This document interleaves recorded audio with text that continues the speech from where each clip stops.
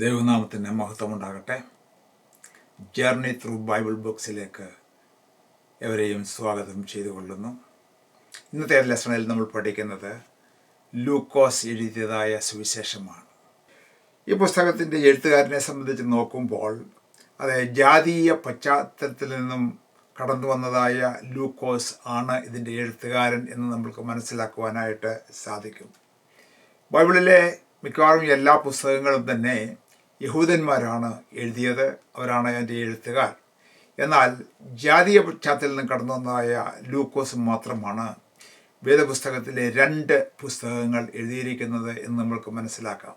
അതായത് ഇന്ന് പഠിക്കുന്നതായ ലൂക്കോസ് എഴുതിയതായ സുവിശേഷവും അതോട് ചേർന്ന് അതിൻ്റെ സെക്കൻഡ് പാർട്ടായിട്ട് അപ്പോസ്തല പ്രവൃത്തികൾ എന്ന ചരിത്ര പുസ്തകവും, അങ്ങനെ 2 യേശുക്രിസ്തുവിൻ്റെ ചരിത്രവും അപ്പോസ്തല പ്രവൃത്തികൾ എന്ന ചരിത്ര പുസ്തകവും 2 പുസ്തകങ്ങളാണ് ലൂക്കോസ് വളരെ വിശദമായിട്ട് എഴുതിയിരിക്കുന്നത് എന്ന് നമ്മൾക്ക് കാണുവാനായിട്ട് സാധിക്കും.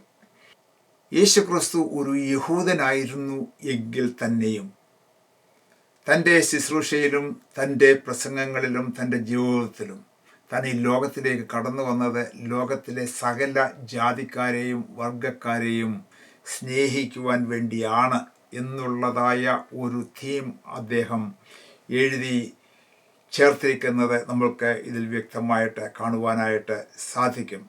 Praise God. യേശുക്രിസ്തുവിൻ്റെ സ്നേഹവും കരുണയും എല്ലാ ജനങ്ങളുടെ മേലും, എല്ലാ ജാതികളോടും എന്ന് പറഞ്ഞാൽ ശമരിയാക്കാരെന്ന് പറയുന്നത് യഹൂദന്മാർ എതിർത്തിരുന്നതായ അല്ലെങ്കിൽ ഇഷ്ടപ്പെടാത്തതായ ഒരു കൂട്ടം ആൾക്കാരായിരുന്നു. അവരെ യേശു സ്നേഹിച്ചു. അതുപോലെ തന്നെ സ്ത്രീവർഗങ്ങൾ എന്ന് പറയുന്നത് ഈ സമുദായത്തിൽ അവഗണിക്കപ്പെട്ടവരായിരുന്നു. യേശു അവരെ മാനിച്ച് തന്നോട് ചേർത്ത് ശുശ്രൂഷയിൽ പങ്കുകൊള്ളിച്ചു. കുഞ്ഞുങ്ങളെയൊക്കെ തൻ്റെ കൈകളിൽ ചേർത്ത് അണച്ച് അവരെ സ്നേഹിക്കുന്നതായ സ്നേഹം ഒക്കെ കാണിക്കുന്നു. അതുപോലെ തന്നെ ടാക്സ് കളക്ടർ എന്ന് പറയുമ്പോൾ അവരെ പാപികളായിട്ട് എണ്ണുന്നതായ ഒരു ജനത്തിൻ്റെ മധ്യത്തിലാണ് അവർ ജീവിച്ചിരുന്നത്. എന്നാൽ ടാക്സ് കളക്ടേഴ്സിനെയും യേശു സ്നേഹിച്ചു. പാപികളായിട്ടുള്ളവരെ ഒക്കെ അവരുടെ പാപം എടുത്തു കാട്ടാതെ ഇന്നു മുതൽ പാപം ചെയ്യരുത് എന്ന് പറഞ്ഞുകൊണ്ട് അവരെ ആ രക്ഷാമാർഗത്തിലേക്ക് ആനയിച്ചുകൊണ്ട് നടത്തുന്ന യേശുവിൻ്റെ ഈ സുവിശേഷം വളരെ വ്യക്തമായിട്ട് ജാതികളെയും ദൈവം സ്നേഹിക്കുന്നു എന്ന് എടുത്തു കാണിച്ചുകൊണ്ടാണ് ലൂക്കോസ് ഇവിടെ തൻ്റെ ഈ സുവിശേഷം ഇവിടെ എഴുതിയിരിക്കുന്നത്. 10-ാം അധ്യായത്തിൻ്റെ 10-ാം വാക്യം നമ്മൾ നോക്കുമ്പോൾ അവിടെ നമ്മൾക്ക് കാണാനായിട്ട് സാധിക്കും, കാണാതെ പോയതിനെ തിരഞ്ഞു രക്ഷിപ്പാനല്ലോ മനുഷ്യപുത്രൻ ഈ ലോകത്തിലേക്ക് വന്നത് എന്ന് പറയുമ്പോൾ ഈ മനുഷ്യജാതിയിൽ കാണാതെ പോയതായ ഒരു കൂട്ടം ആൾക്കാരുണ്ട്. യഹൂദന്മാർ സ്വന്തം വർഗമാണ്, എന്നാൽ ബാക്കിയുള്ളവരെയൊക്കെ തള്ളപ്പെട്ടതായ ഒരു കൂട്ടത്തിലായിരുന്നല്ലോ എഴുതിയിരുന്നത്. എന്നാൽ അവരെയെല്ലാം ചേർത്ത് പിടിച്ചുകൊണ്ട് അവരെയൊക്കെ തിരഞ്ഞ് രക്ഷിപ്പാൻ വേണ്ടിയാണ് മനുഷ്യപുത്രൻ വന്നത് എന്നുള്ളതായ ആ രക്ഷാ സന്ദേശം സ്ട്രെസ് ചെയ്തുകൊണ്ടാണ് ലൂക്കോസ് യേശുക്രിസ്തുവിൻ്റെ സുവിശേഷം അല്ലെങ്കിൽ യേശുക്രിസ്തുവിൻ്റെ ചരിത്രം ഇവിടെ എഴുതിയിരിക്കുന്നത്. ഇനിയും ഇത് ഏത് കാലഘട്ടത്തിലാണ് എഴുതിയത് എന്ന് നോക്കിയാൽ ഏകദേശം AD 60-നും 70-നും ഇടയ്ക്കുള്ളതായ കാലഘട്ടങ്ങളിലാണ് ഈ ലൂക്കോസ് ഈ യേശുക്രിസ്തുവിൻ്റെ സുവിശേഷം എഴുതിയത് എന്ന് മിക്കവരും അനുമാനിക്കപ്പെടുന്നു. അതുപോലെ തന്നെ താൻ ഒരു മെഡിക്കൽ ഡോക്ടറായിരുന്നു. ഈ സമയങ്ങളിൽ ഒക്കെ അപ്പോസ്തലനായ പൗലോസിനോട് ചേർന്ന് തൻ്റെ മിഷണറി പ്രവർത്തനങ്ങളിൽ ഒക്കെ ഒരു മെഡിക്കൽ ഡോക്ടറായിട്ട് പൗലോസിനെ അസിസ്റ്റ് ചെയ്യുവാൻ വേണ്ടി, ശരീരത്തിന് നല്ല സൗഖ്യമില്ലാതിരുന്നതായ പൗലോസിനെ ചികിത്സിക്കുവാനും അസിസ്റ്റ് ചെയ്യുവാനും വേണ്ടി കൂടെ പോയിരുന്നു എന്ന് പല സന്ദർഭങ്ങളിൽ നമ്മൾക്ക് മനസ്സിലാക്കുവാനായിട്ട് സാധിക്കും. ഈ ലൂക്കോസിൻ്റെ സുവിശേഷം ടോട്ടൽ 24 അധ്യായങ്ങളാണ് ഉള്ളത്. അതിനെ പ്രധാനമായിട്ട് 4 ഭാഗങ്ങളായിട്ട് നമുക്ക് ചുരുക്കി പഠിക്കുവാനായിട്ട് സാധിക്കും.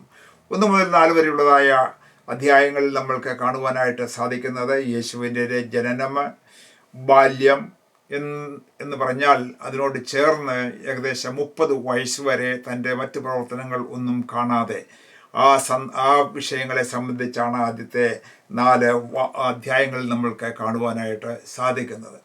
എന്നാൽ 4 മുതൽ 10 വരെയുള്ളതായ അധ്യായങ്ങളിൽ നമ്മൾക്ക് കാണുവാനായിട്ട് സാധിക്കുന്നത് താൻ ജനിച്ചു വളർന്ന ഗലീലയിലെ ശുശ്രൂഷ, ആണ് നമുക്ക് കാണുവാനായിട്ട് സാധിക്കുന്നത്. താൻ സ്നാനമേറ്റതിന് ശേഷമായിട്ട് മരുഭൂമിയിലേക്ക് പോകുന്നു, പിശാചിനാൽ പരീക്ഷിക്കപ്പെടുന്നു. അതിന്മേൽ ജയമെടുത്തുകൊണ്ട് ആത്മാവിൻ്റെ ശക്തിയോടുകൂടെ താൻ ജനിച്ചു വളർന്നതായ ഗലീലയിലേക്ക് അല്ലെങ്കിൽ നസ്രയത്തിലേക്ക് ആദ്യമായിട്ട് കടന്നു വന്ന് ശുശ്രൂഷ ചെയ്യുന്നു എന്ന് നമ്മൾക്ക് കാണുവാനായിട്ട് സാധിക്കും. പിന്നീട് 9 മുതൽ 19 വരെയുള്ളതായ അധ്യായങ്ങൾ നമ്മൾ നോക്കുമ്പോൾ ഈ തൻ്റെ സ്വന്തം പട്ടണമായ ഗലീലയിലൊക്കെ ശുശ്രൂഷിച്ചതിന് ശേഷമായിട്ട് യെരുശലേമിലേക്ക് യാത്ര ചെയ്യുന്നതായ ഒരു വിവരണമാണ് അവിടെ നമ്മൾക്ക് കാണാനായിട്ട് സാധിക്കുന്നത്.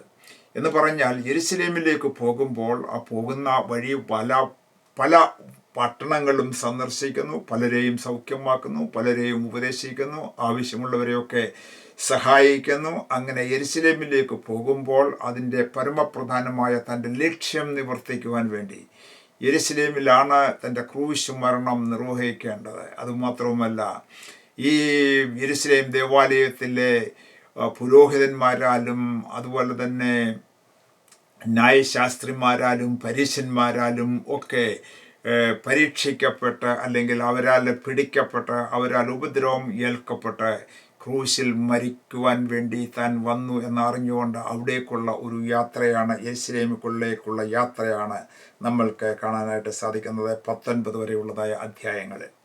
എന്നിട്ട് 19 മുതൽ 24 വരെയുള്ളതായ ഒടുവിലത്തെ അധ്യായങ്ങൾ നമ്മൾക്ക് പ്രധാനമായി കാണുവാനായിട്ട് സാധിക്കുന്നത് യേശുക്രിസ്തു ലോകത്തിലേക്ക് വന്നതിൻ്റെ പ്രധാനമായ ഉദ്ദേശം നമ്മളുടെ പാപങ്ങൾക്ക് വേണ്ടി, അതിൻ്റെ പരിഹാരത്തിന് വേണ്ടി തൻ്റെ രക്തം ഊറ്റിക്കൊടുക്കുവാൻ വേണ്ടിയാണ്.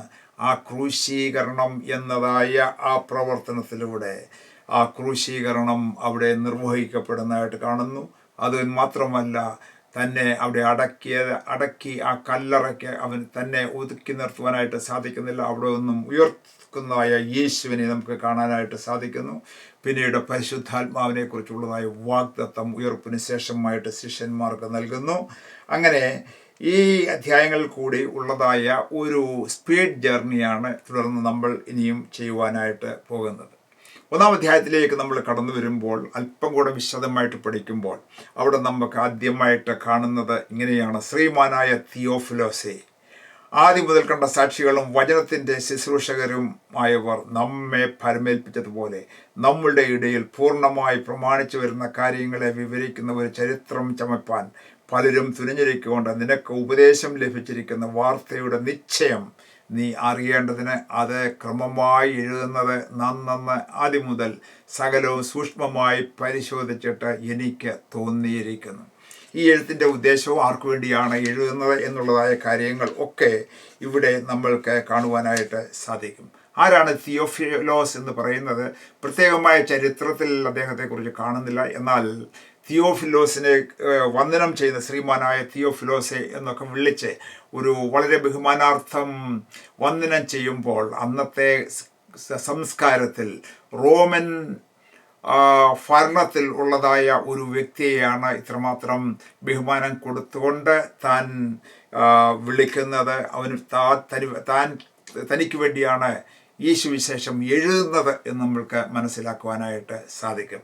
എന്ന് പറഞ്ഞാൽ അപ്പോസ്തലനായ പൗലോസ് റോമിലൊക്കെ പോയപ്പോൾ അവിടെ ഈ കൈസറുടെ അരമനയിലുള്ളതായ ഉദ്യോഗസ്ഥന്മാരും ആൾക്കാരൊക്കെ പലരും യേശുവിനെ രക്ഷിതാവായിട്ട് സ്വീകരിച്ചു, ക്രിസ്ത്യാനികളായി തീർന്നു. എന്നാൽ ഇന്നത്തെ പോലുള്ളതായ പരിജ്ഞാനം അവർക്ക് യേശുവിനെ കുറിച്ചില്ലായിരുന്നു. അതിൻ്റെ ഓർഡർലി മാനറിലുള്ളതായ എന്താണ് ആദ്യത്തെ അപ്പോസ്തലന്മാർ ക്രിസ്തീയ സഭയിൽ യേശു ക്രിസ്തുവിൻ്റെ ഉപദേശമൊക്കെ എങ്ങനെയാണ് പഠിപ്പിച്ചിരുന്നത്, എങ്ങനെയാണ് പാലിച്ചിരുന്നത്, എങ്ങനെയാണ് സഭ മുന്നോട്ട് പോകുന്നത് എന്നുള്ള കാര്യം വളരെ ക്രമമായിട്ട് എഴുതിയതായ ഒരു പുസ്തകമാണ് ഇത്. നമ്മൾക്ക് കാണുവാനായിട്ട് സാധിക്കും.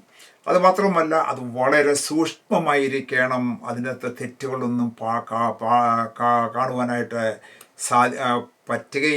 പറ്റരുത് എന്നുള്ളതായ ഒരു നിർബന്ധവും ലൂക്കോസിന് ഉണ്ടായിരുന്നു. അതാണ് സൂക്ഷ്മമായും ക്രമമായും ഈ വിവരങ്ങളൊക്കെ ശേഖരിച്ച് അന്നത്തെ ശുശ്രൂഷകന്മാർ എങ്ങനെയാണ് സഭ മുന്നോട്ട് കൊണ്ടുപോയിരുന്നത് എന്ന് മനസ്സിലാക്കുവാൻ വേണ്ടി എഴുതിയതായ പുസ്തകമാണ് ഇത്. അല്ലെങ്കിൽ അല്പം കൂടെ വ്യത്യാസപ്പെടുത്തി പറഞ്ഞു കഴിഞ്ഞാൽ യേശുക്രിസ്തുവിൻ്റെ വരവ് വരെ ഒരു വ്യത്യസ്തമായ ശുശ്രൂഷയായിരുന്നു പഴയ നിയമത്തിൽ. അവിടെ പുരോഹിതന്മാരുണ്ടായിരുന്നു, ശാസ്ത്രിമാരുണ്ടായിരുന്നു, പരീശന്മാരുണ്ടായിരുന്നു. അവരൊക്കെയാണ് ഒരു പള്ളിയിൽ അല്ലെങ്കിൽ ആലയത്തിൽ ആരാധന നടത്തിയിരുന്നത്. എന്നാൽ യേശു വന്നപ്പോൾ യേശുവിൻ്റെ ഉപദേശം അവർക്ക് കൈക്കൊള്ളുവാനായിട്ട് സാധിക്കുന്നില്ല. അവരൊക്കെ ഒരു നാമധേയ ആരാധന പഴയ രീതിയിൽ കൊണ്ടുപോകാനായിട്ട് ആഗ്രഹിക്കുന്നു. അവരുടെ ആ സ്ഥാനങ്ങളും മാനങ്ങളും പൊസിഷനും ഒക്കെ സെക്യൂർ ചെയ്തുകൊണ്ട് ദൈവത്തിന് അല്ലെങ്കിൽ ദൈവപുത്രൻ്റെ രക്ഷാ പദ്ധതിക്ക് സ്ഥാനം കൊടുക്കുകയോ അല്ലെങ്കിൽ ദൈവവചനത്തിൽ പറഞ്ഞിരിക്കുന്നതായ മശിഹായുടെ ആഗമനത്തെ അറിയുകയോ മനസ്സിലാക്കുകയോ ചെയ്യാതെ അവർ തുടർച്ചയായി തങ്ങളുടെ പഴയ പള്ളി നിയമങ്ങൾ മുൻപോട്ട് കൊണ്ടുപോകുമ്പോൾ യേശുക്രിസ്തുവിൻ്റെ ഉയർപ്പിന് ശേഷം ഇതാ യേശുക്രിസ്തു നേരിട്ട് സ്വർഗത്തിൽ നിന്നും കടന്നു വന്ന് പഠിപ്പിച്ചതായ തൻ്റെ ശിഷ്യന്മാരുടെ ആ ഉപദേശങ്ങളും അവരുടെ പ്രവർത്തനങ്ങളും അവരുടെ സഭയുടെ ചട്ടങ്ങളും പഠിപ്പിക്കലുകളും ഒക്കെ അതിസൂക്ഷ്മമായി പഠിച്ചുകൊണ്ട് പുതിയ നിയമസഭയുടെ ഉപദേശമാണ് ഈ പുസ്തകത്തിൽ നമ്മൾക്ക് കാണുവാനായിട്ട് സാധിക്കുന്നത്. അതിനെക്കുറിച്ചാണ് ഈ ലൂക്കോസ് എഴുതിയിരിക്കുന്നത് ആദ്യമായിട്ട് തൻ്റെ ഇൻട്രഡക്ഷനിൽ എന്ന് നമുക്ക് കാണാനായിട്ട് സാധിക്കും. ഈ ലൂക്കോസ് ഈ യേശുക്രിസ്തുവിൻ്റെ ജനനത്തെക്കുറിച്ച് എഴുതുമ്പോൾ അതിന് മുമ്പായിട്ട് വന്നതായ യോഹന്നാൻ സ്നാപകൻ്റെ ജനനത്തെക്കുറിച്ച് കൂടെ ഉള്ളതായ വിവരങ്ങൾ താൻ എഴുതിയിരിക്കുന്നതായിട്ട് നമ്മൾക്ക് കാണാനായിട്ട് സാധിക്കും. 1-ാം അധ്യായത്തിൽ 5 മുതലുള്ളതായ വാക്യങ്ങൾ, 5 മുതൽ 25 വരെയുള്ളതായ വാക്യങ്ങൾ നമ്മൾ വായിക്കുമ്പോൾ അവിടെ നമ്മൾക്ക് കാണാനായിട്ട് സാധിക്കുന്നത് പഴയ നിയമത്തിലുള്ളതായ ഒരു സക്കറിയ പുരോഹിതനാണ്. താൻ ആലയത്തിൽ ശുശ്രൂഷിച്ചു കൊണ്ട് നിൽക്കുമ്പോൾ ഒരു ദൈവദൂതൻ അവിടേക്ക് കടന്നു വരുന്നു. തൻ്റെ ജീവിതത്തിൽ തൻ്റെ ജീവിത സഖി ആയിരുന്നതായ എലിസബത്തും ഒക്കെ അവർ വളരെ പ്രയാധികരായിരിക്കുന്ന സമയമാണ്. മക്കളില്ലാതെ മരിച്ചു പോകും എന്നുള്ളതായ നിലയിൽ ജീവിക്കുന്നവരാണ്. എന്നാൽ ഈ സമയത്ത് നിനക്ക് ഒരു മകനെ ദൈവം അത്ഭുതകരമായി തരും എന്ന് പറയുമ്പോൾ അവിടെ നമ്മൾക്ക് കാണുവാനായിട്ട് സാധിക്കുന്ന ദൈവത്തിൻ്റെ ഒരു അത്ഭുതമാണ്. ദൈവത്തിൻ്റെ ഒരു പുരോഹിതനാണ്, വളരെ ദൈവത്തിൻ്റെ അത്ഭുതങ്ങളെക്കുറിച്ച് അറിവുള്ളവനാണ്. എന്നാൽ അവൻ അല്പം അവിടെ സംശയിക്കുന്നതായിട്ട് കാണുന്നു. ഇതെങ്ങനെ സാധിക്കും എന്നുള്ളതായ ചോദ്യം. എന്നാൽ അവിടെ നമ്മൾക്ക് കാണുവാനായിട്ടുള്ളതായ ഒരു കാര്യം, ആ സംശയം ഒരു പുരോഹിതനിൽ നിന്നും ഉണ്ടായതുകൊണ്ട് എന്ന് പറഞ്ഞാൽ ദൈവത്തിൻ്റെ വചനം പഠിക്കുകയും പഠിപ്പിക്കുകയും ചെയ്യുന്നതായ ഒരു പുരോഹിതൻ അല്പം കൂടെ സ്റ്റാൻഡേർഡ് ഉള്ളവനും ദൈവവചനം ദൈവത്തിൻ്റെ ആലോചന ഏറ്റെടുക്കുവാൻ പ്രാപ്തനുമായിരിക്കണം. എന്നാൽ ഈ സമയത്ത് അവൻ അത് ചെയ്യാഞ്ഞതിനാൽ, അവൻ ദൈവപ്രവൃത്തിയെ സംശയിച്ചതിനാൽ അവന് ഒരു ശിക്ഷ കൊടുക്കുന്നതായിട്ടാണ് കാണുന്നത്. നീ അവൻ്റെ ആ ജനനം കാണുന്നത് വരെ നീ ഊമനായിട്ടിരിക്കും, നീ സംസാരിപ്പാൻ നിനക്ക് കഴിയുകയില്ല എന്നുള്ളതായ കാര്യം അവിടെ എഴുതിയിരിക്കുന്നതായിട്ട് നമ്മൾക്ക് കാണുന്നു. എന്നാൽ ആ പ്രവർത്തനം അങ്ങനെ നടക്കുന്നു. എലിസബത്ത് ഒരു കുഞ്ഞിനെ ഗർഭം ധരിക്കുന്നു.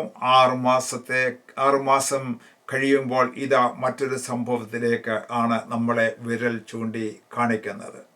അടുത്തതായിട്ട് 1-ാം അധ്യായത്തിൻ്റെ 26-ാമത്തെ വാക്യം നമ്മൾ നോക്കുമ്പോൾ ഒരു ദൂതൻ അവിടെ ഉണ്ടായിരുന്നതായ ഒരു കന്യകയായിരുന്ന ഒരു കൊച്ചു പെൺകുട്ടി മറിയയോട് ദൂതൻ വന്ന് സംസാരിക്കുകയാണ്, നീ ഗർഭം ധരിച്ച ഒരു മകനെ പ്രസവിക്കും എന്ന്. അപ്പോൾ ഈ ഒരു പ്രവചനം ഇസ്രായേൽ ജനങ്ങൾക്ക് ഇടയിൽ ഉണ്ടായിരുന്നു. എന്നാൽ ഏത് കന്യകയാണ്, ഏത് സമയത്താണ് എന്നുള്ളത് അവർക്ക് അറിയില്ലായിരുന്നു. എന്നാൽ പലരും അതിനുവേണ്ടി ആഗ്രഹിക്കുകയും പ്രാർത്ഥിക്കുകയും ചെയ്തവരുണ്ട്. എന്നാൽ ഈ മറിയ ഇവിടെ ജീവിതത്തിൽ പ്രസാദിക്കുവാനായിട്ടാണ് ദൈവം പ്രസാദിച്ചത് എന്ന് നമ്മൾക്ക് കാണാനായിട്ട് സാധിക്കും.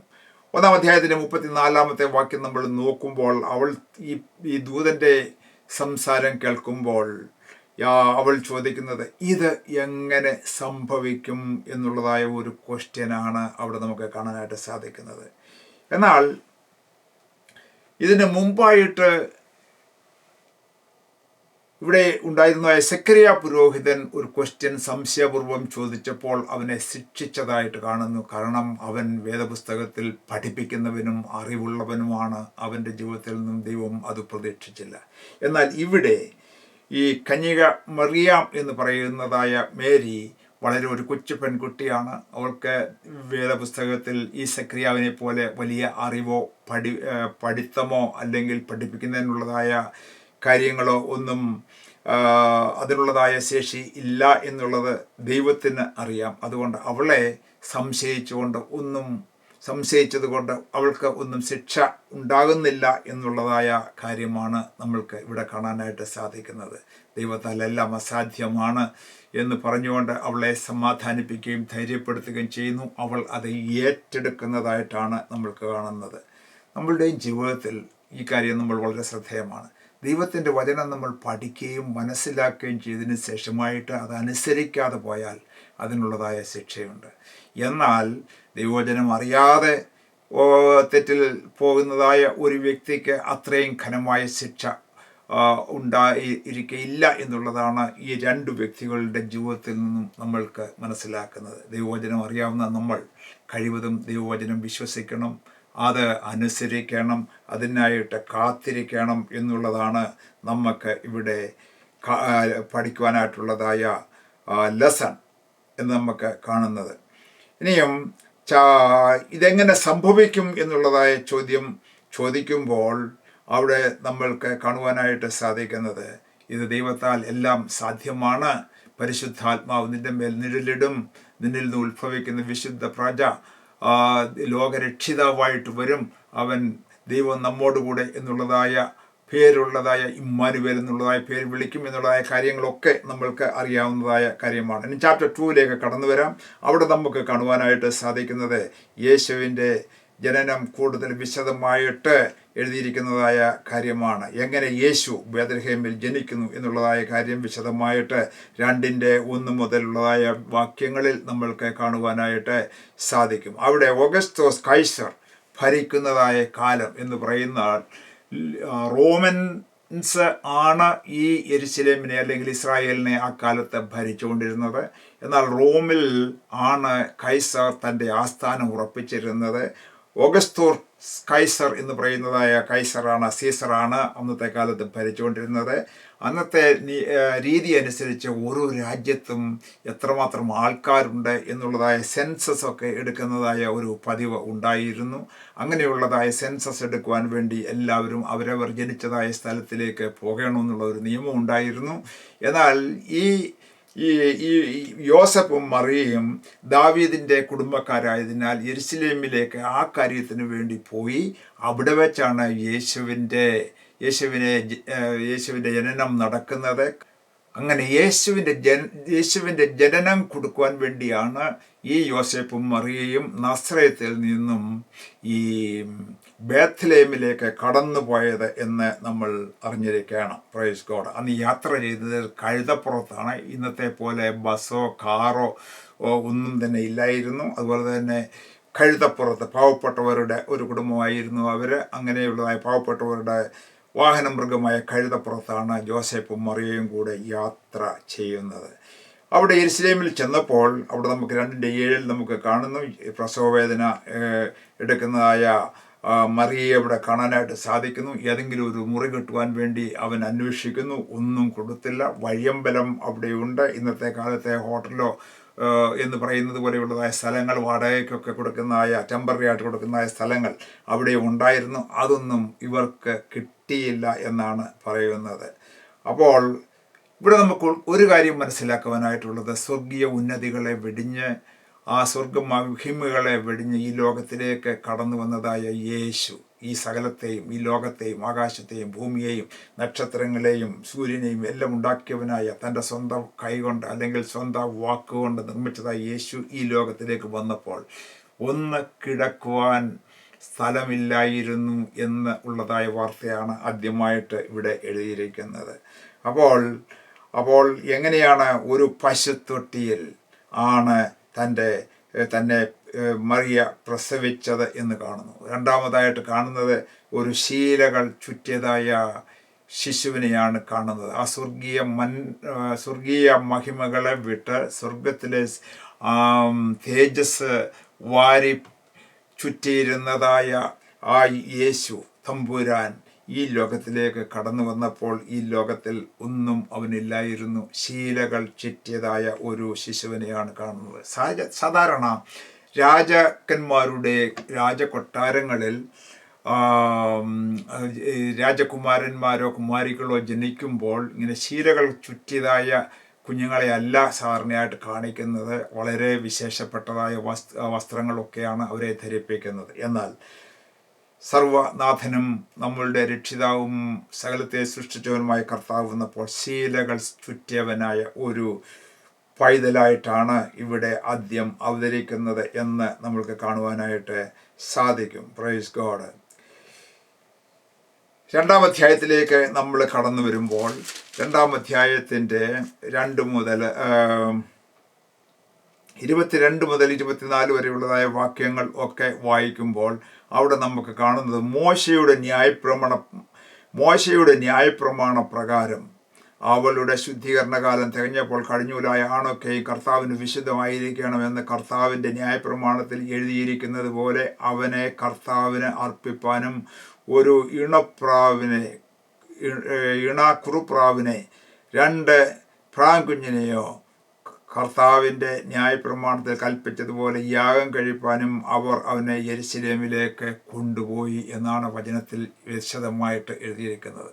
എന്ന് പറഞ്ഞാൽ യേശു ഈ ലോകത്തിലേക്ക് കടന്നു വരുമ്പോൾ പഴയ നിയമ ദേവാലയവും അവിടുത്തെ പുരോഹിതന്മാരും അവിടുത്തെ ശാസ്ത്രിമാരും ഒക്കെ അവിടെ ഉണ്ടായിരുന്നു. അവർ കൽപ്പിച്ചതുപോലെയുള്ളതായ ആരാധനാക്രമങ്ങളൊക്കെയാണ് നടന്നിരുന്നത്. പഴയ നിയമത്തിൽ മോശ കൊടുത്തതായ നിയമപ്രകാരം ആലയത്തിലേക്ക് കടന്നു പോകുമ്പോൾ യാഗത്തിനായിട്ട് കുറുപ്രാക്കളെയോ പ്രാവും കുഞ്ഞിനെയോ അല്ലെങ്കിൽ പണമുള്ളവരാണെങ്കിൽ ഒരു ആടിനെയോ അല്ലെങ്കിൽ അതിനേക്കാൾ പ്രായമുള്ളവരാണെങ്കിൽ കുറെ കൂടെ വിലപിടിപ്പുള്ളതായ കാളയോ ഒക്കെ അവിടെ യാഗം കഴിക്കുവാനായിട്ട് കൊണ്ടുപോകുമായിരുന്നു. അങ്ങനെ ഞാൻ പറഞ്ഞതിൻ്റെ ചുരുക്കം എന്ന് പറഞ്ഞാൽ യേശു ന്യായപ്രമാണത്തിൽ ജനിച്ചവനാണ്.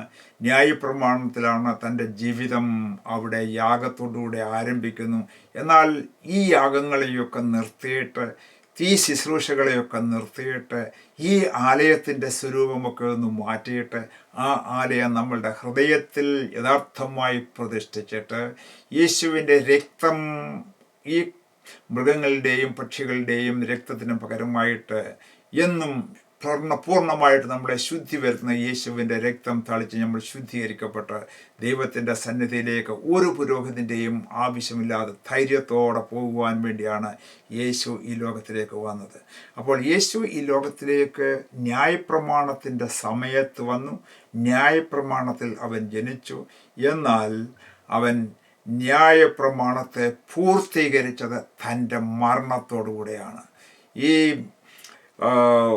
യാഗമൃഗം പഴയ നിയമത്തിൽ മരിക്കുന്നതിന് പകരമായിട്ട് ഇനി ഒരു യാഗവും അവശേഷിച്ചിട്ടില്ല. അതിനുവേണ്ടി യേശു മരിച്ച് ഒരു പൂർണ്ണമായ ആരാധനയുടെ ഒരു പുതിയ നിയമം അവിടെ സ്ഥാപിച്ച് ഇതാ പുതിയ നിയമത്തിൻ്റെ ശുശ്രൂഷ താൻ ആരംഭിക്കുന്നു. അതാണ് യേശു ക്രിസ്തു വന്നതിന് ശേഷമുള്ളതായ പുതിയ നിയമ ആരാധന എന്ന് പറയുന്നത്. എന്നാൽ ഇന്നും പലരും ആ പഴയ നിയമ ആരാധനയിൽ ആശ്രയിച്ചുകൊണ്ട് അതിനെ പിടിച്ചുകൊണ്ട് യേശു കൊടുത്തതായ ശിഷ്യന്മാർ കൊടുത്തതായ ആ നിയമത്തെ അനുസരിക്കാതെ പോകുന്നെന്ന് പറയുമ്പോൾ നമ്മൾ ഈ കാര്യം ഒന്നുകൂടെ വളരെ സീരിയസ് ആയിട്ട് ചിന്തിക്കേണ്ടതാണ്. യേശു ഈ ലോകത്തിലേക്ക് വന്നതായ രൂപകൽപ്പന ചെയ്തായ ആരാധനാ ക്രമം നമ്മൾ സ്വീകരിക്കണം എന്നുള്ളത് നമ്മൾക്ക് മനസ്സിലാക്കേണ്ടതായ കാര്യമുണ്ട്. Praise God. അപ്പോൾ ഈ യേശു ആലയത്തിലേക്ക് കടന്നു ചെല്ലുന്നു, യെരുശലേം ദേവാലയത്തിലേക്ക്.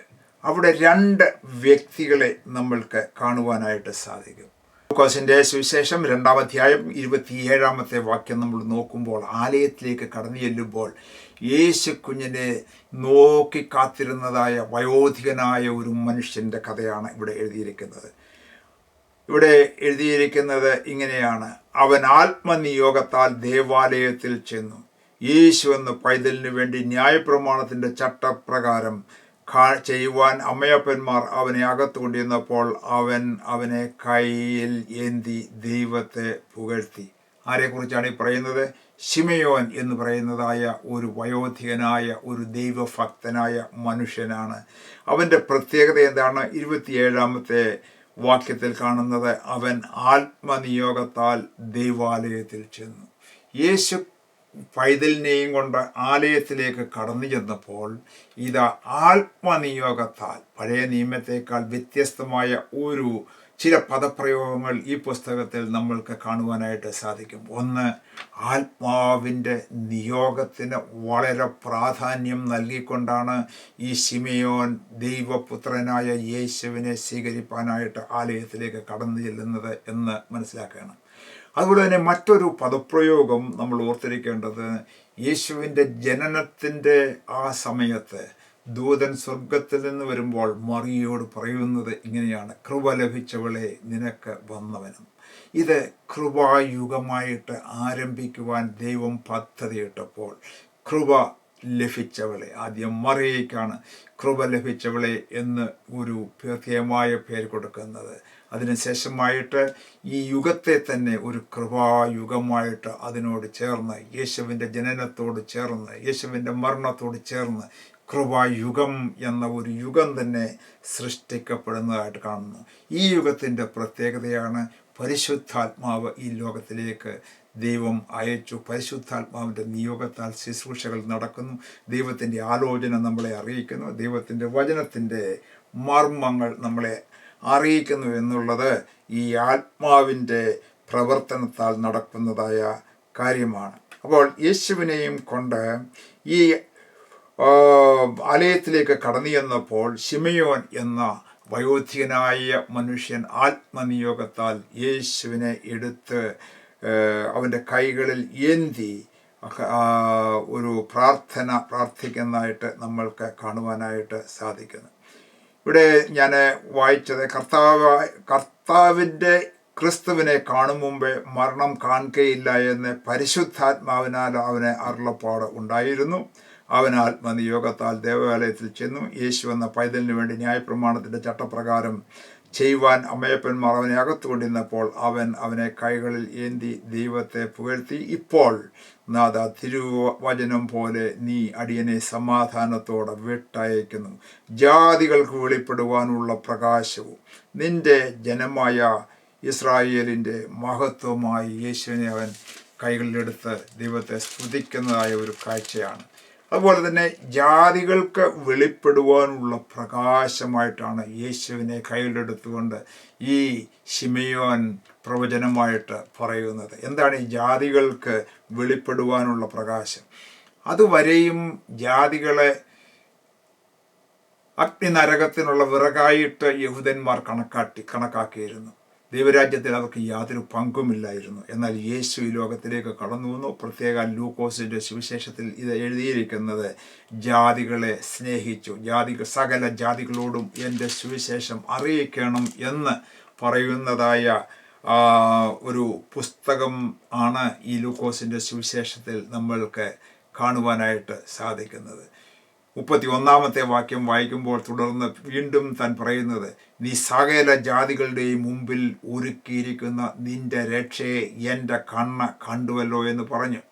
അങ്ങനെ സകല ജാതികൾക്കും വേണ്ടി ഒരുക്കിയിരിക്കുന്നതായ രക്ഷ എന്നാണ് യേശുവിന് ഈ ശിമയോൻ എന്ന വയോധികൻ പേരിട്ടത് എന്ന് നമ്മൾക്ക് കാണുവാനായിട്ട് സാധിക്കും.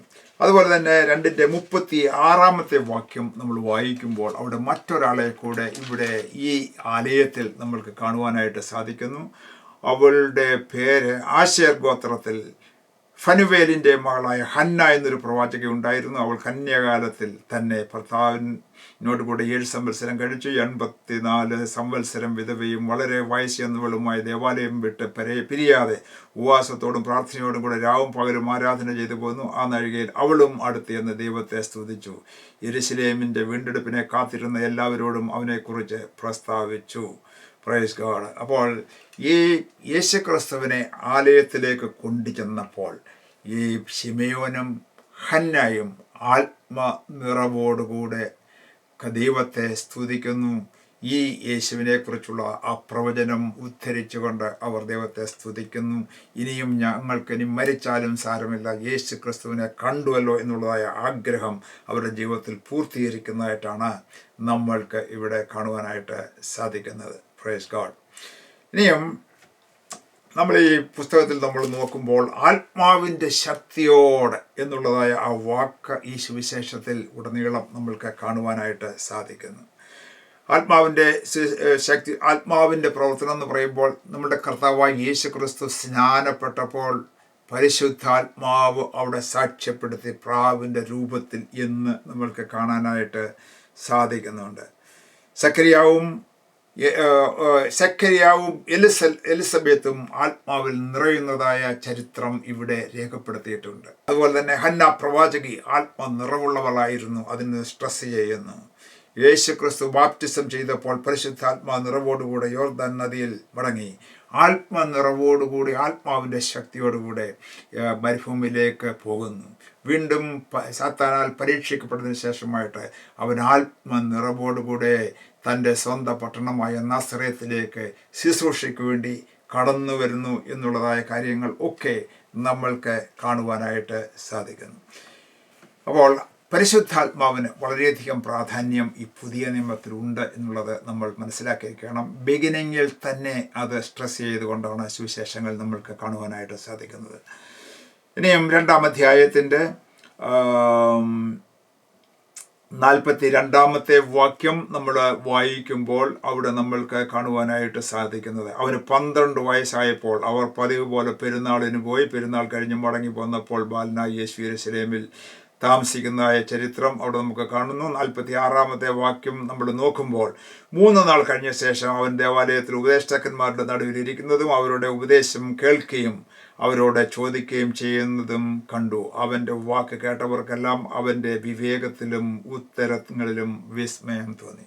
എന്ന് പറഞ്ഞാൽ നമ്മുടെ കർത്താവായ യേശു ക്രിസ്തു 12-ാമത്തെ വയസ്സിൽ മാതാപിതാക്കളോട് ചേർന്ന് യെരൂശലേം ദേവാലയത്തിലേക്ക് അന്നത്തെ പതിവനുസരിച്ച് ഉത്സവത്തിന് വേണ്ടി പോകുക പതിവായിരുന്നു. അങ്ങനെ 12-ാമത്തെ വയസ്സിൽ പോയപ്പോൾ മാതാപിതാക്കളിൽ നിന്നും അവർ താനെ ശ്രദ്ധ വിട്ടതിന് ശേഷമായിട്ട് അവിടെയുള്ള ഉപദേഷ്ടാക്കന്മാരുടെ നടുവിലേക്ക് ചെല്ലുന്നു. അവരുടെ ഉപദേശം കേൾക്കുന്നു, അവരോടോരോ ചോദ്യങ്ങളൊക്കെ ചോദിക്കുന്നു. അതിൻ്റെ എക്സ്പ്ലനേഷനൊക്കെ യേശുവും നൽകുന്നു, മറുപടി നൽകുന്നു. ഈ കാര്യം കേട്ട് അവരൊക്കെ വിസ്മയിക്കുന്നതായ ഒരു ചരിത്രമാണ് ഇവിടെ യേശുവിനെ കുറിച്ച് ഈ 12-ാമത്തെ വയസ്സിൽ ഇവിടെ രേഖപ്പെടുത്തിയിരിക്കുന്നത്. അതിന് ശേഷമായിട്ട് 30-ാമത്തെ വയസ്സ് വരെ തന്നെക്കുറിച്ചുള്ളതായ കാര്യങ്ങൾ പ്രത്യേക വിവരങ്ങൾ എഴുതിയിട്ടില്ല. എന്നാൽ മാതാപിതാക്കളെയൊക്കെ അനുസരിച്ച് പിതാവിൻ്റെ പണികളിൽ ഒക്കെ സഹായിച്ച് ജീവിച്ചു എന്നാണ് പൊതുവെ കരുതപ്പെടുന്നത്. പ്രൈസ് ഗോഡ്, ദൈവത്തിന് സ്തോത്രം. ഇനിയും ഈ 2-ന്റെ 51-ാമത്തെ വാക്യം വായിക്കുമ്പോൾ അവിടെ നമുക്ക് ഒരു കാര്യം പ്രത്യേകം നോട്ട് ചെയ്യേണ്ടത് എന്താണ്? 2-ാം അധ്യായത്തിൻ്റെ 51 എന്ന് പറയുമ്പോൾ ഈ പള്ളിയിൽ പോയി ഇങ്ങനെ ഇവരോടൊക്കെ വാദിക്കുകയും ഇവരോടൊക്കെ പറയുകയും ഇതൊക്കെ ചെയ്യുകയും ആൾക്കാരൊക്കെ വിസ്മയിക്കുകയും ചെയ്യുന്നതായ കാര്യമൊക്കെ തൻ്റെ അമ്മയായ മറിയ കേട്ടു. എന്നാൽ അവൾ അത് ഇങ്ങനെ വിളിച്ചു കൂകിക്കൊണ്ട് പറഞ്ഞില്ല, ഒത്തിരി പ്രശംസയായിട്ട് ഒന്നും തന്നെ പറഞ്ഞില്ല. എന്നാൽ അവൾ ഒരു കാര്യം ചെയ്തു. അതൊന്ന് നോട്ട് ചെയ്യാൻ വേണ്ടിയാണ് ഞാൻ ഈ വാക്യം വായിക്കുന്നത്. ഈ കാര്യങ്ങൾ എല്ലാം അവൻ്റെ അമ്മ ഹൃദയത്തിൽ സംഗ്രഹിച്ചു എന്ന് കാണുവാനായിട്ട് സാധിക്കുന്നത്. അപ്പോൾ മറിയയെ സംബന്ധിച്ച് നോക്കുമ്പോൾ ദൈവത്തിൽ നിന്നും ആലോചന ലഭിക്കുന്നത് അത് തീർച്ചയായിട്ടും യാഥാർത്ഥ്യമാണ്, അത് നടക്കുന്ന കാര്യമാണെന്ന് 100% അവൾക്ക് വിശ്വാസമുണ്ടായിരുന്നു. ഉടനെ ഒരു ആൻസർ കിട്ടിയില്ല എങ്കിൽ തന്നെയും ഈ കാര്യങ്ങളൊക്കെ നടക്കും എന്ന് പൂർണ്ണമായിട്ട് വിശ്വസിച്ചുകൊണ്ട് അവളുടെ ഹൃദയത്തിൽ ഈ കാര്യങ്ങൾ ഒക്കെ സംഗ്രഹിച്ചു എന്ന് പല സ്ഥലങ്ങളിൽ നമുക്ക് കാണുവാനായിട്ട് സാധിക്കും. അതാണ് നമുക്ക് പ്രകാരം നമ്മൾ പഠിക്കുമ്പോൾ നമ്മൾക്ക് കാണാനായിട്ട് സാധിക്കും.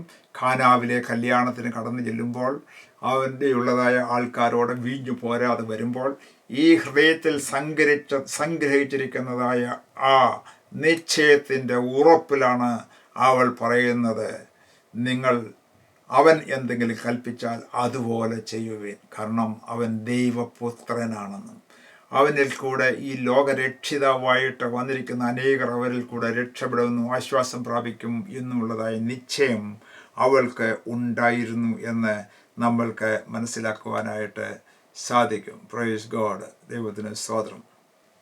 ഇനിയും ചാപ്റ്റർ 3 നമ്മൾ കടന്നു വരുമ്പോൾ ഇവിടെ യേശു സ്നാനപ്പെടുന്നതായ കാര്യമാണ് അവിടെ നമുക്ക് കാണാനായിട്ട് സാധിക്കുന്നത്. യോർദാനിൽ യോഹന്നാൻ സ്നാപകൻ ജനത്തെ സ്നാനപ്പെടുത്തിക്കൊണ്ടിരിക്കുന്നു. യേശുവും അവിടേക്ക് കടന്നു വന്ന് വെള്ളത്തിൽ സ്നാനപ്പെടുന്നു എന്ന് നമ്മൾ കാണുന്നുണ്ട്. ദൈവം പ്രസാദിച്ചു എന്നുള്ളതായ ശബ്ദം കേട്ടു. അപ്പോൾ പിന്നീട് യേശു തൻ്റെ പ്രവൃത്തി ആരംഭിക്കുവാൻ ഏകദേശം 30 വയസ്സ് ഉള്ളപ്പോഴാണ് അവരുടെ ആ സ്നാനത്തിന് ശേഷമായിട്ട് ഈ മരുഭൂമിയിലേക്ക് പരീക്ഷിക്കപ്പെടുവാനായിട്ട് കടന്നു പോകുന്നത്. ഈ ലൂക്കോസിൻ്റെ സുവിശേഷത്തിലുള്ള ഒരു പ്രത്യേകത എന്ന് പറയുന്നത് യേശുവിൻ്റെ വംശാവലി ഇവിടെയാണ് എഴുതിയിരിക്കുന്നത്. അതേസമയം മത്തായി എഴുതിയ സുവിശേഷത്തിൽ വംശാവലി ആദ്യം തന്നെ എഴുതിയിട്ടുണ്ട്. അബ്രഹാമിൻ്റെ പുത്രനായിട്ട് ഇസ്രായേലിൻ്റെ രാജാവായിട്ട് അവൻ വരുന്നു എന്നുള്ളതായ രീതിയിൽ എഴുതി അബ്രഹാമിൽ തുടങ്ങി ഈ യേശുവിൽ അവസാനിപ്പിക്കുന്നതായ ഒരു ചരിത്രമാണ് ഇവിടെ കാണുന്നത്. ഇവിടെ ലൂക്കോസ് യേശുവിൻ്റെ വംശാവലി നേരെ തിരിച്ചാണ് എഴുതിയിരിക്കുന്നത് എന്ന് പറഞ്ഞു കഴിഞ്ഞാൽ യേശുവിൻ്റെ സ്നാനത്തിന് ശേഷമായിട്ട് യേശുവിൻ്റെ വംശാവലി എഴുതിയിരിക്കുന്നു. എന്നാൽ ആ വംശാവലിയെക്കുറിച്ച് നമ്മൾ നോക്കുമ്പോൾ അത് യേശുവിൽ നിന്നും ആരംഭിച്ച് പുറകോട്ട് വംശാവലി എഴുതുന്നതായ ഒരു കാര്യമാണ് ഇവിടെ നമ്മൾക്ക് കാണുന്നത്. യേശു പിന്നീട് ജോസഫ് അങ്ങനെ പുറകോട്ട് പോയിട്ട് ഒടുവിൽ ചെന്ന് അവസാനിക്കുന്നത് 38-ാമത്തെ വാക്യത്തിൽ ആദാമിൻ്റെ മകൻ എന്നുള്ള ആ ഒരു കൺക്ലൂഷനിലാണ് ഇവിടെ ലൂക്കോസ് ഇവിടെ എഴുതിയിരിക്കുന്നത് എന്ന് നമുക്ക് കാണാനായിട്ട് സാധിക്കും. എന്ന് പറഞ്ഞാൽ യേശു ഒരു മനുഷ്യപുത്രനായിട്ട് ജനിച്ചു, ആദാമിൻ്റെ മകനായിട്ട് ജനിച്ചു. ആദാം എന്ന് പറയുമ്പോൾ നമ്മൾ റോമാലേഖനത്തിലൊക്കെ വായിക്കുമ്പോൾ ആദാം ദൈവത്തിൻ്റെ മകനായിരുന്നു. എന്നാൽ ആദാമിന് പകരമായിട്ട് സെക്കൻഡ് ആഡം ആയിട്ട് യേശുവിനെ അവിടെ നമുക്ക് കാണുവാനായിട്ട് സാധിക്കും. ദൈവം കൊടുത്ത കൽപ്പനകളിൽ ആദ്യത്തെ ആദാം തോറ്റുപോയി എങ്കിൽ രണ്ടാമത്തെ ആദാമായി യേശു ദൈവപുത്രൻ ഈ ലോകത്തിലേക്ക് കടന്നു വന്ന് ദൈവത്തെ അനുസരിച്ച് ക്രൂശിൽ കൂടെ വിജയം നേടിയതായിട്ട് നമ്മൾക്ക് അവിടെ ആ വിഷയം അങ്ങനെ കാണുവാനായിട്ട് സാധിക്കുന്നു. അങ്ങനെ ലൂക്കോസ് ദൈവപുത്രനെ ഒരു മനുഷ്യപുത്രനായിട്ട് ചിത്രീകരിക്കുന്നതായിട്ടാണ് കാണുന്നത്. ഇനിയും ചാപ്റ്റർ 4 നമ്മൾക്ക് കടന്നു വരാം. അവിടേക്ക് കടന്നു വരുമ്പോൾ അവിടെ പറയുന്നത് യേശു പരിശുദ്ധാത്മാവ് നിറഞ്ഞവനായി യോർദാൻ വിട്ടു മടങ്ങിയ ആത്മാവ് അവനെ മരുഭൂമിയിലേക്ക് നടത്തി പിശാച് അവനെ 40 ദിവസം പരീക്ഷിച്ചുകൊണ്ടിരുന്നു എന്നുള്ളതായ കാര്യമാണ്. അങ്ങനെ പരീക്ഷിച്ചതിന് ശേഷമായിട്ട് അവൻ പരീക്ഷയിലൊക്കെ വിജയിച്ചു. ഏതൊക്കെ വിഷയങ്ങളിലാണ് എന്നുള്ളത് നമ്മളെ കഴിഞ്ഞ സുവിശേഷങ്ങൾ പഠിച്ചപ്പോൾ അത് മനസ്സിലാക്കുകയുണ്ടായി.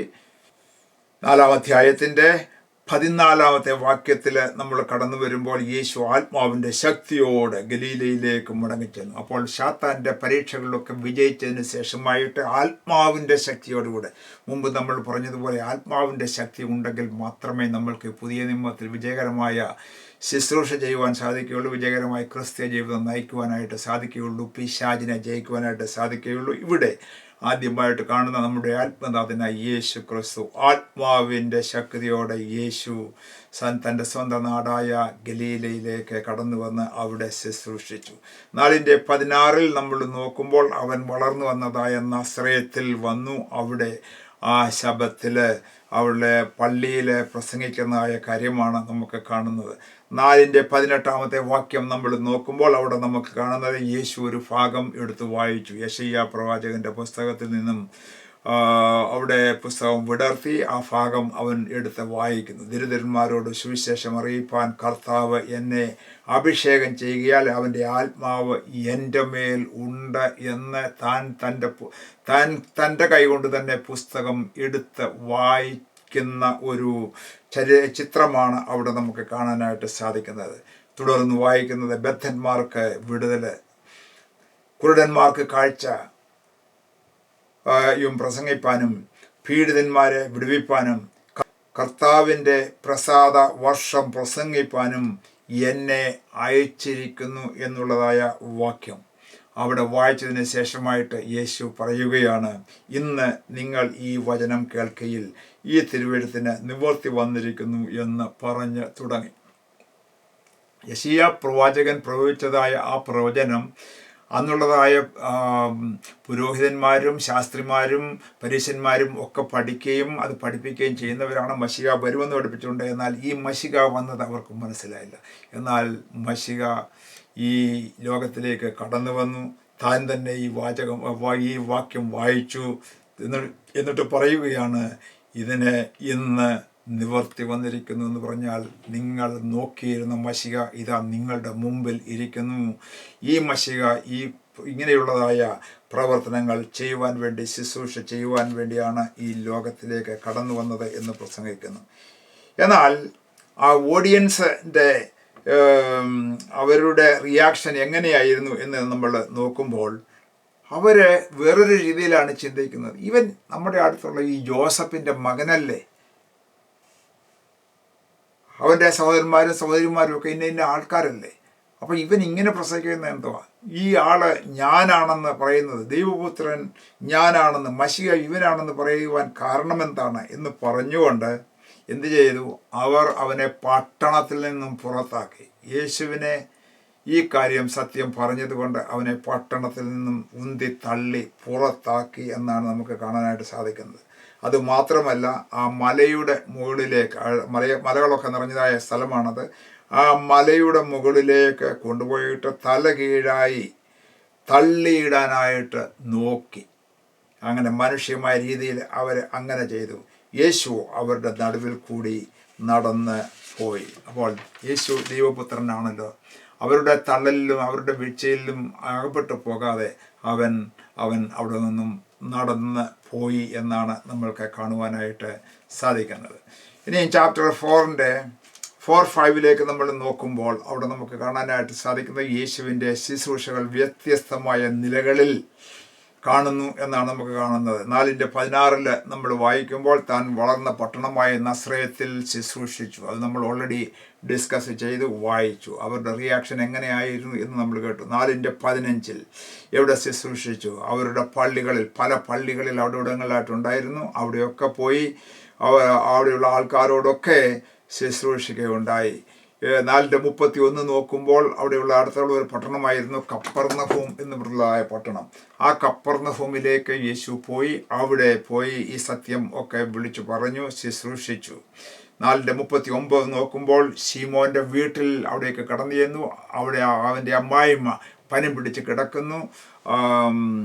അവിടെ അവളെ സൗഖ്യമാക്കി എന്ന് നമുക്ക് കാണാനായിട്ട് സാധിക്കുന്നു. അപ്പോൾ യേശു ദൈവരാജ്യം പ്രസംഗിക്കുകയും രോഗികളെ സൗഖ്യമാക്കുകയും ചെയ്തിരുന്നു എന്നുള്ളത് രണ്ട് പ്രത്യേകമായ കാര്യങ്ങളാണ് നമ്മൾ മനസ്സിലാക്കേണ്ടത്.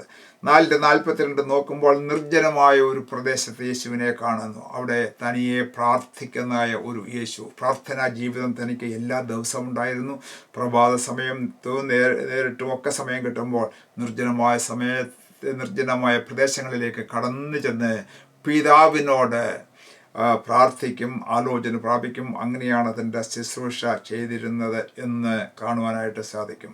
അതുമാത്രമല്ല, പ്രാർത്ഥനയ്ക്ക് ശേഷമായിട്ട് ഓടി നടന്ന് ശുശ്രൂഷിക്കുന്ന മടിയനായിട്ടുള്ള ഒരു മനുഷ്യനല്ലായിരുന്നു യേശു. ഓടി നടന്ന് രാവിലെയും ഉച്ചയ്ക്കും വൈകിട്ടും ഒക്കെ വളരെ വിശ്രമമന്യെ പ്രവർത്തിച്ചു എന്ന് നമുക്ക് കാണും. 3.5 വർഷം കൊണ്ട് ആ വലിയ പ്രവർത്തനം ഏറ്റെടുത്തതായ മഹാനായ ആളായിരുന്നു ദൈവപുത്രൻ എന്ന് നമുക്ക് കാണാനായിട്ട് സാധിക്കും. 4:43 നമ്മൾ നോക്കുമ്പോൾ മറ്റുള്ള പട്ടണങ്ങളിൽ, അപ്പോൾ ഒരു പട്ടണത്തിൽ മാത്രമല്ല മറ്റുള്ള പട്ടണങ്ങളിലും ദൈവരാജ്യം സുവിശേഷിച്ചു. ദൈവരാജ്യം സുവിശേഷിക്കുക എന്നുള്ളതാണ് തൻ്റെ പ്രൈമറി ആയിട്ടുള്ളതായ കാര്യം. ആ കൂട്ടത്തിൽ സൗഖ്യമില്ലാതിരിക്കുന്നവരെ സൗഖ്യമാക്കുകയും ചെയ്തു എന്നുള്ളതാണ് നമുക്ക് മനസ്സിലാക്കേണ്ടത്. പലപ്പോഴും നമ്മളുടെയൊക്കെ ജീവിതത്തിൽ ക്രൂസൈഡുകളൊക്കെ നടക്കുമ്പോൾ സൗഖ്യം പ്രാപിക്കുക എന്നുള്ള ഒരു ഉദ്ദേശത്തോടെ മാത്രം കടന്നു വരുന്ന ദൈവരാജ്യത്തെക്കുറിച്ച് അതൊക്കെ രണ്ടാമത്തെ സ്ഥാനമായിട്ട് മാറ്റിവെക്കുന്ന ഒരു പതിവുണ്ട്. എന്നാൽ നേരെ തിരിച്ചായിരിക്കണം നമ്മളുടെ ആറ്റിറ്റ്യൂഡ്, നമ്മളുടെ ആഗ്രഹം എന്ന് നമ്മൾ ഓർക്കണം. അങ്ങനെ 3.5 വർഷം ഓടി നടന്ന് ശുശ്രൂഷ ചെയ്തു. കാര്യം എന്താണ്? എന്തുകൊണ്ടാണ് കർത്താവ് അങ്ങനെ ചെയ്തതെന്ന് ചോദിച്ചാൽ 4:43 നമ്മൾക്ക് മനസ്സിലാക്കുവാനായിട്ട് സാധിക്കുന്നതായ ഒരു വാക്യമുണ്ട് 4:43. അവിടെ എഴുതിയിരിക്കുന്നത്, ഇതിനായിട്ടല്ലോ എന്നെ അയച്ചിരിക്കുന്നത് എന്ന് പറയുന്നു. ഇതിനായിട്ടല്ലോ എന്നെ അയച്ചിരിക്കുന്നത്. Life was A purposeful life. നമ്മളുടെ ജീവിതത്തിന് ഒരു പർപ്പസ് ഉണ്ടായിരിക്കണം. ജസ്റ്റ് ജീവിച്ച് കുറേ ചാക്ക് അരിയും ഗോതമ്പും പഞ്ചാരയും ഒക്കെ കഴിച്ചിട്ട് ലോകത്തിൽ നിന്ന് പോകുവാനായിട്ടല്ല, ദൈവത്തിന് വേണ്ടി എന്തെങ്കിലും പ്രവർത്തിക്കുവാൻ, ഒരാളെയെങ്കിലും ദൈവരാജ്യത്തിലേക്ക് നയിക്കുവാൻ നമ്മൾ ശ്രമിക്കേണ്ടത് ആവശ്യമാണ്. യേശുവിൻ്റെ ജീവിതം നമ്മൾക്ക് അതിന് ഒരു ഉദാഹരണമാണ്. Praise God. 5:1 മുതൽ 11 വരെയുള്ളതായ വാക്യങ്ങൾ നമ്മൾ നോക്കുമ്പോൾ, അവിടെ വചനം കേൾക്കുവാൻ വേണ്ടി കടൽക്കരയിൽ ജനങ്ങൾ തിക്കിക്കൂടിയിരിക്കുന്നു. അവിടെ യേശു പ്രസംഗിക്കുന്ന ഒരു ചിത്രമാണ് അവിടെ നമ്മൾക്ക് കാണാനായിട്ട് സാധിക്കുന്നത്. വചനം കേട്ട പത്രോസ്, ആ കൂട്ടത്തിൽ ഇതാ പത്രോസ് വള്ളവും വലയുമായിട്ട് അവിടെ ഇങ്ങനെ നിൽക്കുകയാണ്. എന്നാൽ അവൻ വചനം ഇങ്ങനെ ശ്രദ്ധിച്ച് കേട്ടുകൊണ്ട് ഇരുന്നതായ ഒരു മനുഷ്യനാണ്. അപ്പോൾ വചനം കേട്ട പത്രോസിനെ അവൻ വിളിക്കുന്നതായിട്ടാണ് കാണുന്നത്. ശീമോൻ്റെ പടക് പ്രസംഗപീഠമാക്കി മാറ്റുന്നതായിട്ടൊരു ചരിത്രം. ആ പടകിൽ കയറി നിന്നുകൊണ്ട് ജനങ്ങളെല്ലാം കരയിൽ നിൽക്കുന്നു. ആ പടക് പത്രോസ് ആ വെള്ളത്തിൽ അടുത്ത് ജനങ്ങൾക്ക് ഇതൊക്കെ കേൾക്കത്തക്കുള്ളതായ പ്രസംഗപീഠമാക്കിക്കൊണ്ട് ആ മീറ്റിംഗ് അല്ലെങ്കിൽ ക്രൂസൈഡ് അവിടെ നടക്കുന്നതായിട്ട് നമ്മൾക്ക് കാണുന്നു. അത് സംസാരിച്ച് തീർന്നപ്പോൾ, ആ മീറ്റിംഗ് എല്ലാം കഴിഞ്ഞു, എല്ലാം സംസാരിച്ച് കഴിഞ്ഞപ്പോൾ ജനങ്ങളൊക്കെ പിരിഞ്ഞു പോകുവാനായിട്ട് പറയുന്നു. എന്നിട്ട് ശീമോനെ ഒന്ന് നോക്കിയപ്പോൾ അവൻ്റെ മുഖത്ത് ഒരു വിഷാദമുണ്ട്. കാരണം അന്ന് ഒരു രാത്രി മുഴുവൻ അധ്വാനിച്ചതിന് ശേഷമായിട്ട് പ്രഭാത സമയത്ത് അവൻ വന്ന് പടക കഴിയുകയായിരുന്നു. അവനൊന്നും കിട്ടിയില്ലായിരുന്നു എന്ന് മനസ്സിലാക്കി. അപ്പോൾ യേശു ശീമോനോട് പറയുകയാണ്, നീ ആഴത്തിലേക്ക് വലയിറക്കുക എന്ന് പറയുന്നതായ ഒരു വാക്കാണ് അവിടെ നമ്മൾക്ക് കാണാനായിട്ട് സാധിക്കുന്നത്. എന്നാൽ പത്രോസ് പറയുന്നത് ഇതായ ഒരു കാര്യമുണ്ട്, നാഥ, രാത്രി മുഴുവൻ അധ്വാനിച്ചു, ഒന്നും കിട്ടിയില്ല എന്നുള്ളതാണ് പറയുന്നത്. അവൻ മുക്കവനായിട്ട് ജനിച്ചവനാണ്, ആ കടലിൽ ജീവിച്ചവനാണ്, കടലിൻ്റെ എല്ലാ ഭാഗങ്ങളും അറിയാവുന്നവനാണ്, മീൻ ഏത് സമയത്തും എവിടെയാണുള്ളതെന്നറിയാം. അങ്ങനെയൊക്കെ അധ്വാനിച്ചിട്ടും ഒന്നും കിട്ടാതെ ഇരുന്നിട്ടും ഇതാ തൻ്റെ ഗുരുവായ യേശു പറയുകയാണ് ശീമോനോട്, ആഴത്തിലേക്ക് നീ വലയിറക്കുക എന്ന് പറയുമ്പോൾ, എങ്കിലും നിന്റെ വാക്കിന് ഞാൻ വലയിറക്കാം എന്നാണ് ഈ പത്രോസ് പറയുന്നത്. എന്താണ് നിന്റെ വാക്കിന് ഞാൻ വലയിറക്കാം എന്ന് പറയുമ്പോൾ, അവന് ആ സമയം കൊണ്ട് മനസ്സിലായിരുന്നു യേശു എന്തെങ്കിലും പറഞ്ഞാൽ ആ വാക്കിന് വിലയുണ്ട്, ചിലതൊക്കെ സംഭവിക്കും എന്നുള്ളതായ നിശ്ചയവും ഒക്കെ ഉണ്ടായിരുന്നു എന്ന് നമ്മൾക്ക് ചിന്തിക്കാം. കാരണം കർത്താവായ യേശു ക്രിസ്തു ആണ് ഈ ലോകത്തെ നിർമ്മിച്ചത്. ആകാശവും ഭൂമിയും ഈ മരങ്ങളും ജന്തുക്കളും മത്സ്യവർഗങ്ങളും എല്ലാം തന്നെ ഒരു വാക്ക് കൊണ്ട് നിർമ്മിച്ചതാണ്. ഉണ്ടാകട്ടെ എന്ന് പറഞ്ഞപ്പോൾ ഉണ്ടാക്കി. അപ്പോൾ ഒരു വാക്ക് അവൻ കൽപ്പിച്ചാൽ അതങ്ങനെ സംഭവിക്കും. അതാണ് നമ്മുടെ ദൈവത്തിൻ്റെ സ്വഭാവം എന്ന് പറയുന്നത്. അപ്പോൾ ഇവിടെ യേശു പറയുകയാണ്, നീ വലയിറക്കുക ആഴത്തിലേക്ക് എന്ന് പറയുമ്പോൾ, യേശുവിൻ്റെ ആ വാക്ക് അനുസരിച്ച് അവൻ വലയിറക്കി. വല കീറുവോളം അതിൽ നിറച്ച് മത്സ്യം കയറി എന്ന് പറയുമ്പോൾ, അതിനെക്കുറിച്ചുള്ള അറിവൊക്കെ സർവജ്ഞനായ ദൈവത്തിനുണ്ട്, യേശുവിനുണ്ട് എന്നുള്ളത് മനസ്സിലാക്കാം. എന്നാൽ അവിടെ എൻ്റെ സംസാരം നിർത്തട്ടെ. അതിനപ്പുറത്തായിട്ട് അവൻ മുൻപോട്ട് നോക്കുമ്പോൾ, ആ മത്സ്യം കിട്ടിയപ്പോൾ അവന് കിട്ടിയതായ ആ അനുഗ്രഹത്തിൻ്റെ മുമ്പിൽ സന്തോഷിച്ചുകൊണ്ട് അതിൻ്റെ പുറകെ പോകുന്ന ഒരു പത്രോസിനെ അല്ല നമ്മൾക്ക് കാണുന്നത്. യേശുവിൻ്റെ മുമ്പിൽ ദാതാവായിട്ടുള്ളവൻ, ഇതിനെ നൽകിയവൻ, അനുഗ്രഹത്തെ നൽകിയവനെ വർഷിപ്പ് ചെയ്യുന്നതായ ഒരു സംഭവമാണ് അവിടെ നമ്മൾക്ക് കാണുന്നത്. പ്രിയപ്പെട്ടവരെ, നമ്മളുടെയും ജീവിതത്തിൽ ഇങ്ങനെയുള്ളതായ അനുഭവം വരുമ്പോൾ, നമ്മളുടെ ഓരോ അനുഗ്രഹങ്ങൾ നമ്മൾ കിട്ടുമ്പോൾ അനുഗ്രഹത്തിൽ സന്തോഷിച്ച് ദൈവത്തെ മറക്കുന്നതായ അനേകം ആൾക്കാരുണ്ട്. അങ്ങനെ നമ്മളുടെ ജീവിതത്തിൽ സംഭവിക്കാനായിട്ട് ഇടയാകരുത്. നമ്മളുടെ അനുഗ്രഹത്തെ ലഭിക്കുമ്പോൾ അനുഗ്രഹം തന്ന ദാതാവിനെ നമ്മൾ ആരാധിക്കുകയും സ്നേഹിക്കുകയും ചെയ്യേണ്ടത് ആവശ്യമാണ്. നമ്മളുടെ ജീവിതത്തിൽ ഈ പത്രോസ് പറഞ്ഞതുപോലെ രാത്രി മുഴുവനും അധ്വാനിച്ചു, ഒന്നും കിട്ടിയില്ല കർത്താവേ എന്ന് പറയുന്ന പോലെയുള്ളതായ അനുഭവം നമ്മളുടെയും ജീവിതത്തിൽ ഉണ്ടായേക്കാം. നമ്മളുടെ മാക്സിമം ട്രൈ ചെയ്തു, ഒന്നും നടന്നില്ല, സംഭവിച്ചില്ല കർത്താവേ എന്ന് പറയുമ്പോൾ ജീവിതത്തിൽ മനം തളർന്ന് ക്ഷീണിച്ച് ഒക്കെ ഇരിക്കുന്ന അനുഭവങ്ങൾ നമ്മളുടെയും ജീവിതത്തിൽ ഉണ്ടായേക്കാം. എന്നാൽ അവിടെ നമ്മൾ ഓർക്കേണ്ടത്, നമ്മൾ ആരെയാണ് സേവിക്കുന്നത്? നമ്മളുടെ കർത്താവ് എന്ന് പറയുന്നത് ഹീസ് ദി ആർക്കിടെക്റ്റാണ്, ഹീസ് ദി ബിൽഡറാണ്, he's the finisher and he's the perfecter. എല്ലാം ബിൽഡ് ചെയ്യുന്നവൻ അവനാണ്. അവനാണ് ആർക്കിടെക്റ്റായിട്ടെല്ലാം പ്ലാൻ ചെയ്യുന്നവൻ, നമ്മളുടെ ജീവിതത്തെ പണിയുന്നവൻ, ബിൽഡ് ചെയ്യുന്നവൻ, അവൻ നമ്മളെ പെർഫെക്റ്റ് ആക്കി തീർക്കുന്നവൻ. അവൻ്റെ കൈകളിലേക്ക് നമ്മൾ കൊടുക്കുക, അവൻ്റെ ശബ്ദത്തിന് നമ്മൾ കാതോർത്തിരിക്കുക, അവൻ്റെ ശബ്ദത്തിന് നമ്മൾ വഴങ്ങുക, ശബ്ദം അനുസരിക്കുക. അപ്പോൾ നമ്മളുടെയും ജീവിതം അനുഗ്രഹമായി തീരും. റൈറ്റ് വേയിൽ നമ്മളെ നടത്തുവാനായിട്ട് കർത്താവ് നമ്മളെ സഹായിക്കും എന്നുള്ളതായ കാര്യം നമ്മൾ മറന്നു പോകരുത്. അപ്പോൾ ആ അനുഗ്രഹം കിട്ടിയപ്പോൾ പത്രോസ് കാൽക്കൽ വീണ് യേശുവിനെ ആരാധിച്ചു. ഒരു പുതിയ റെവലേഷനിലേക്ക് അവൻ കടന്നു വന്നു. എന്നിട്ട് യേശു പറയുകയാണ്, ഇന്ന് മുതൽ ഞാൻ നിന്നെ മനുഷ്യരെ പിടിക്കുന്നവരാക്കും എന്ന് പറഞ്ഞപ്പോൾ അവിടെ പത്രോസ് സകലവും വിട്ട് യേശുവിനെ അനുഗമിക്കുന്നതായിട്ടാണ് കാണുന്നത്. പ്രിയപ്പെട്ടവരെ, നമ്മളുടെയും ജീവിതത്തിൽ ദൈവത്തിൻ്റെ സന്നിധിയിൽ വചനം നമ്മൾ അനുസരിക്കുമ്പോൾ അനുഗ്രഹം നമ്മൾക്ക് ലഭിക്കും.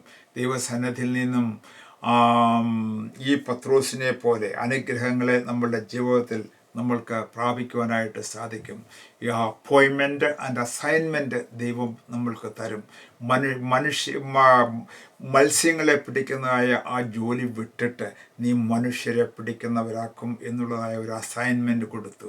അവനെ പരിശുദ്ധാത്മാവിനാൽ നിറച്ച് അവനെ മനുഷ്യരെ പിടിക്കുന്നവരാക്കി തീർത്തു. നമ്മൾക്കറിയാം, ആ പെന്തക്കോസ്ത് നാളിൽ ഒരൊറ്റ പ്രസംഗം കൊണ്ട് 3000 ദൈവരാജ്യത്തിലേക്ക് കൊണ്ടുവരുവാൻ അവനെ കരുത്തനാക്കി തീർത്തത് നമ്മളുടെ കർത്താവാണ്. അവൻ അപ്പോയിൻ്റ് ചെയ്തതാണ്. നമ്മളുടെയും ജീവിതത്തിൽ പ്രതികൂലങ്ങളുടെ മധ്യത്തിൽ ദൈവത്തിൻ്റെ ശബ്ദം കേൾക്കുവാനുള്ളതായ ഒരു അവസരമായിരിക്കാം അത് നമ്മൾ കേൾക്കുവാനായിട്ട് നമ്മളുടെ കാതോർക്കുക.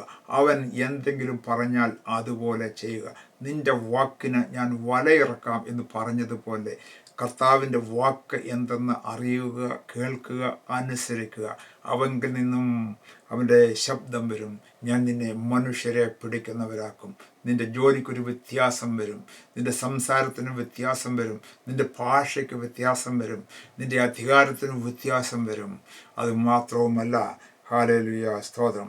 അപ്പോൾ ആ അപ്പോയിൻമെൻറ്റ് യേശുവിൽ നിന്നും ലഭിച്ചിട്ട് മുൻപോട്ട് പോകുമ്പോഴാണ് ഇങ്ങനെ അത്ഭുതകരമായിട്ട് കർത്താവിന് നമ്മെക്കുറിച്ച് പ്രവർത്തിപ്പാനായിട്ട് സാധിക്കുന്നത്. സകലവും വിട്ട് അവനെ അനുഗമിച്ചു എന്ന് നമുക്ക് കാണുമ്പോൾ അപ്പനെയോ അമ്മയോ സഹോദരന്മാരെയോ വീട്ടുകാരെയോ ഒക്കെ വിടുവാൻ മടിയില്ലാതെ പലരും പഴയ സ്ഥാനത്ത് നിൽക്കുമ്പോൾ യേശുവിനെ അനുഗമിക്കുവാനായിട്ട് സാധ്യമല്ലാതിരിക്കുമ്പോൾ അതൊക്കെ ഒരു തടസ്സമാണ്.